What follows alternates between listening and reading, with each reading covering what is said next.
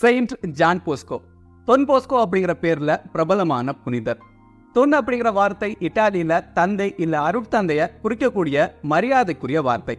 இதனால தான் தொன் போஸ்கோன்னு அழைக்கப்படுறாரு. 1815ல இட்டாலியோட பெக்கிம் அப்படிங்கிற ஒரு சின்ன கிராமத்துல பிறந்திருக்காரு. 2வது வயசுல தந்தை இறந்து போக தாயோட பராமரிப்புல தான் வளர்ந்திருக்காரு. ரொம்பவே ஏழ்மையான குடும்பம். இதனால ஆடு மாடுகளை மேய்ச்சிட்டே கல்வி கற்றிருக்காரு. 1841ல குருத்துவ அருட்பொழிவு பெற்றிருக்காரு. குருவானதும் முதல்ல சிறைச்சாலைக்கு போய் இளம் கைதிகளை சந்திச்சு அவங்களுக்கு அறிவுரையும் ஊக்கமும் கொடுத்திருக்காரு. அவங்கள நல்வழிப்படுத்தியிருக்காரு. ஜான் போஸ்கோ தூரின் நகர பங்கு குருவா நியமிக்கப்பட்டிருக்காரு. அந்த காலம் இத்தாலியில தொழில் புரட்சி நடந்துட்டு இருந்த காலம்.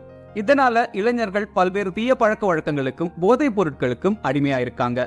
இதை கவனிச்ச ஜான் போஸ்கோ இந்த இளைஞர்களை நல்வழிப்படுத்த ஆரிட்டர் இளைஞர் மன்றம் அப்படிங்கிற ஒரு அமைப்பை உருவாக்கியிருக்காரு. கதைகள், அறிவுரைகள், திருவிவிலிய கருத்துக்கள் மூலமா இந்த இளைஞர்களை நல்வழிப்படுத்தியிருக்காரு. அது மட்டும் இல்லாம கல்வி நிலையங்கள் மற்றும் இரவு நேர படிப்புகள் மூலமா இவங்களுக்கான கல்வி வாய்ப்பையும் ஏற்படுத்தியிருக்காரு.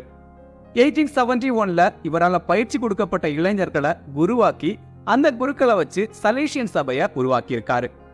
அதுக்கு பிறகு புனித மரிய மாஸ்டலாவோட சேர்ந்து கிறிஸ்தவர்களின் சகாய அன்னையின் புதல்விகள் அப்படிங்கிற ஒரு சபையையும் உருவாக்கியிருக்காரு. இறுதியா 1888ல இறந்து போயிருக்காரு ஜான் போஸ்கோ. திருத்தந்தை 12ஆம் பயஸ் அவர்களால 1929ல அருளாளராகவும் 1934ல புனிதராகவும் அறிவிக்கப்பட்டிருக்காரு ஜான் போஸ்கோ. மாணவர்கள், சிறுவர்கள் மற்றும் கல்வியாளர்களோட பாதுகாவலரா ஜான் போஸ்கோ இருக்கிறதா நம்பப்படுது. January 31st saint John Bosco feast டே.